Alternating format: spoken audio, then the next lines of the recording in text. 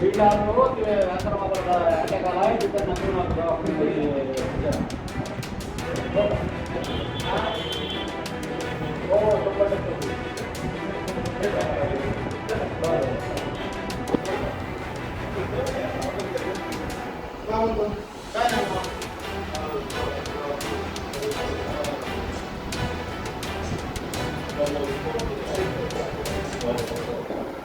आणि तुम्ही अश्विनी देशमुख यांच्या विरोधात उमेदवारी अर्ज दाखल केलाय. काय नेमकं विजन आहे?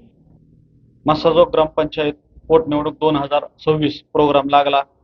अर्ज भरण्याची शेवट तारीख 17 तारीख होती, म्हणजे काढून घेण्याची.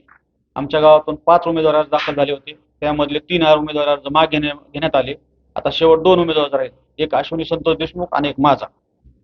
मी या निवडणुकीला गावासाठी काहीतरी काम करण्यासाठी आणि गावातले काम करून संतोषला खरी श्रद्धांजली वाहण्यासाठी मी इलेक्शन लढवत आहे. त्याच्यामध्ये गावातले पाणंद रस्ते असतील, पाणी पुरवठ्याची योजना असेल, घरकुल योजना असतील, जलसिंचन विहिरीची योजना असेल, गायगोट्याची योजना असेल किंवा लाईटच्या काही समस्या आहेत त्या पूर्ण करण्याचा मी या 18 महिन्यामध्ये परिपूर्ण प्रयत्न करणार आहे. आपण जर पाहिलं तर ही निवडणूक बिनविरोध होईल अशी चर्चा होती, परंतु तुम्ही निवडणूक उमेदवारी अर्ज दाखल केला आणि आता ही निवडणूक होते. कसं पाहता? कारण बिनविरोध होणं अपेक्षित होतं सगळ्यांना. बिनविरोध होणं अपेक्षित होतं, परंतु बिनविरोध होण्यासाठी सगळ्या गावाला विचारात घ्यायला पाहिजे होतं. एक ठराविक 5-25 लोकांना म्हणलं म्हणजे गाव बिनविरोध होत नसते. जसं आम्ही संतोष देशमुखच्या लढ्यामध्ये प्रत्येक गोष्टीसाठी आम्ही सगळं गाव एक ठिकाणी होतो. मग ते दौंडीद्वारे असेल, गावातल्या ग्रुपवर मेसेज टाकून असेल, आमच्या गावातल्या महिला असतील, तरुण असतील, वयोवृद्ध माणसं असतील, आम्ही महादेवाच्या मंदिरापाशी यायचो. त्या ठिकाणी आम्ही सर्वजण चर्चा करायचो त्या गोष्टीवर आणि त्याच्यात सगळ्यांचा मिळून एक विचार होऊन आम्ही लढाई करायचो. तसं काही या इलेक्शनच्या वेळेस झालं नाही. मग आमचं असं म्हणणं होतं की तुम्ही सर्व गावाला त्या ठिकाणी बोलवा. सर्व गाव जर म्हणलं असतं किंवा अश्विनीताईला बिनविरोध करा, आम्हाला ते मान्य करावं लागलं असतं, किंवा गाव जर म्हणलं असतं मला एक चान्स द्या, तर त्यांना मान्य करावं लागलं. पण तसा काही प्रकार झाला नाही. त्याच्यामुळे फॉर्म पडले, इलेक्शन लागलं. तुम्ही असंही म्हटले होते की आता एकदा फॉर्म विड्रॉल होऊ द्या आणि त्यानंतर मी बोलले, मला बरेच काही बोलतो. नाही, बोलणार आहे ना, मी अजूनही बोलणार आहे.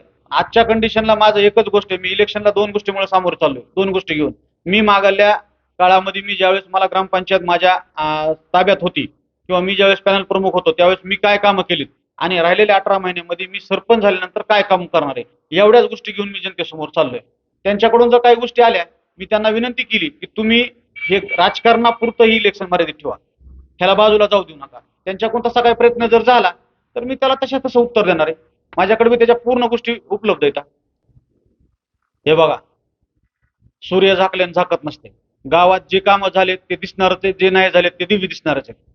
मी 2017 ते 2020 मध्ये मी काय कामं केलेत मी क्लिअर सांगू शकतो कुणासमोर बी, आणि मला पुढे काय करायचंय हे बी मी तुम्हाला सांगू शकतो. त्याच्यामुळं त्यांनी काय कामं केलेत किंवा त्यांचं काय विजन आहे किंवा ह्या तुम्ही जो मला आज प्रश्न विचारते तो प्रश्न तुम्ही त्यांना विचारणं योग्य राहील. त्याचं उत्तर तेच योग्य देऊ शकतील. तुम्हाला ते सांगायला काही प्रेशर आहे का? नाही नाही, माझ्यावर कुठलंही प्रेशर नाही. मी इलेक्शनला ज्यावेळेस उभारलोय त्यावेळेस मी लोकशाहीमध्ये स्वतंत्र माणूस म्हणून उभारलोय. माझ्यावर कुणाचं प्रेशर नाही, मी कुणाच्या दडपणाखाली वागणारा माणूस नाही किंवा मला काही ताण नाही. कामं राहिलेत ना, मी सांगितलं तुम्हाला, पाणी पुरवठ्याची योजना आहे. गावातली 100-250 लोकांची अशी वस्ती की ज्या ठिकाणी आज बी त्या लोकांना हंडे घेऊन पाणी आणायला जावं लागतंय. त्या लोकांना पाणी पुरवठ्याची गरज आहे. गावातल्या जवळपास 70 ते 80% लोकांना अजून MRGS मधून विहिरीची योजना मिळणं गरजेचं आहे. बऱ्याच लोकांना घरकुल योजना मिळणं गरजेचं आहे. गावातले धनगर वस्ती सारखा शेतरस्ता असेल, पिपळा शेत सारखा शेतरस्ता असेल, अजून बरेच शेतरस्ते, जे शेतरस्ते करणं शेतकऱ्यांना आज लय गरजेचं आहे. आपले महसूल मंत्री बावनकुळे साहेब वारंवार त्यांच्या भाषणात सांगतात की शेतरस्ते व्हायला पाहिजेत, ते करणं गरजेचं आहे.